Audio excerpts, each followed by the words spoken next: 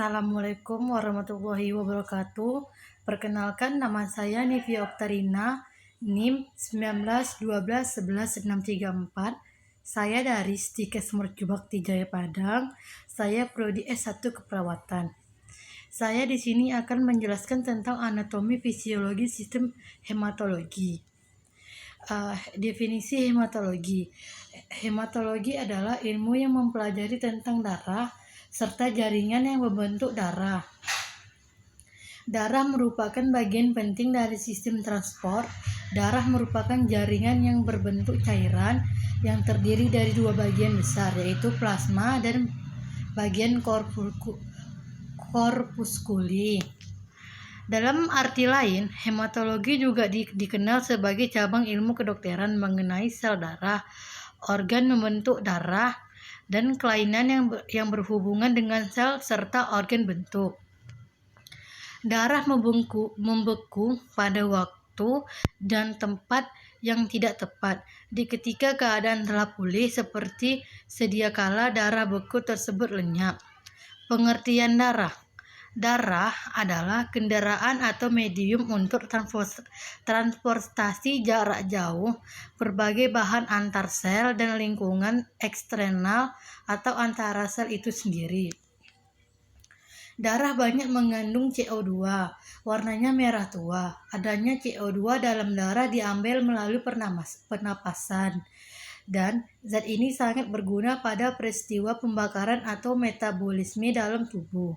Viskositas adalah atau kekuatan darah lebih kental daripada air yang mempunyai Bj1,041 dikurang 1,647,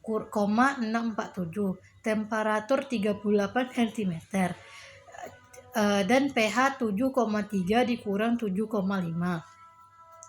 Karena darah sangat penting, maka harus terdapat mekanisme yang dapat memperkecil kemungkinan kehilangnya darah apabila terjadi kerusakan pembuluh darah, trombosit, atau keping darah. Penting dalam hematostasis, perhentian peredaran darah atau dari suatu pembuluh darah yang cedera. Darah membentuk sekitar 80% berat tubuh total dan memiliki volume rata-rata 5 liter pada wanita dan 5,5 meter pada laki-laki. Komposisi darah. Volume darah di dalam tubuh manusia kurang lebih 1,14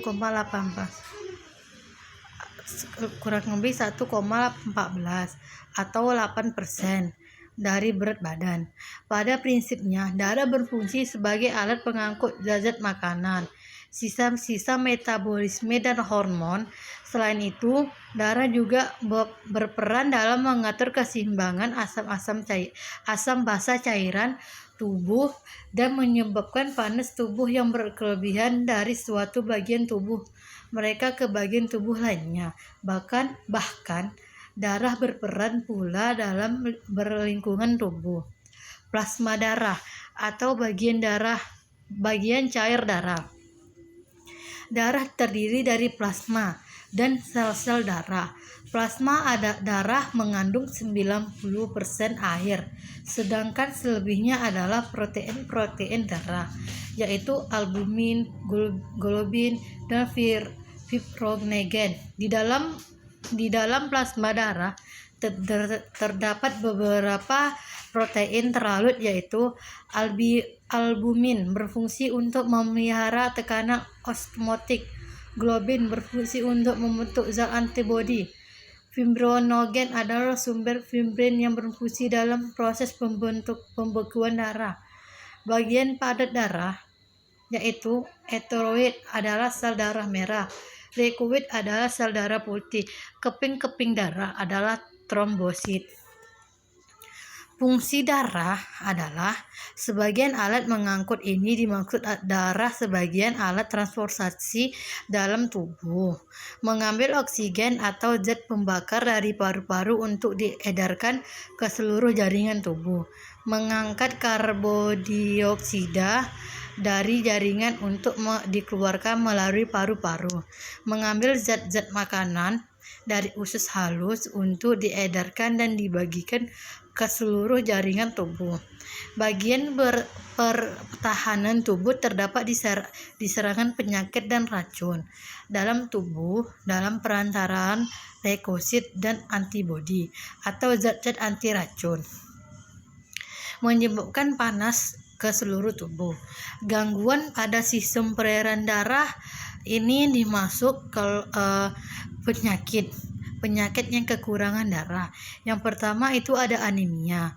Anemia menyebabkan berkurangnya jumlah sel darah merah atau jumlah hemoglobin serta darah merah hingga di bawah normal, sehingga darah tidak dapat mengangkut oksigen dalam jumlah yang diperlukan tubuh.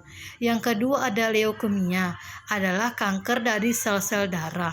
Penyakit tersebut dikendali leukemia terjadi jika proses pemantangan darah dari sistem sel menjadi sel darah putih dalam sumsum tulang menghasilkan perubahan arah keganasan. Yang ketiga ada hemofilia. Hemofilia adalah penyakit yang bersifat menurun atau genetik maksudnya terdapatnya turunkan pada keturunan. Penderita penyakit ini dapat menghentikan pendarahan akibat luka karena darahnya suka membeku.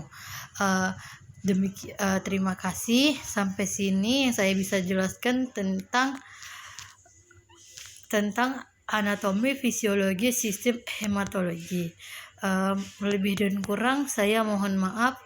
Waalaikumsalam warahmatullahi wabarakatuh.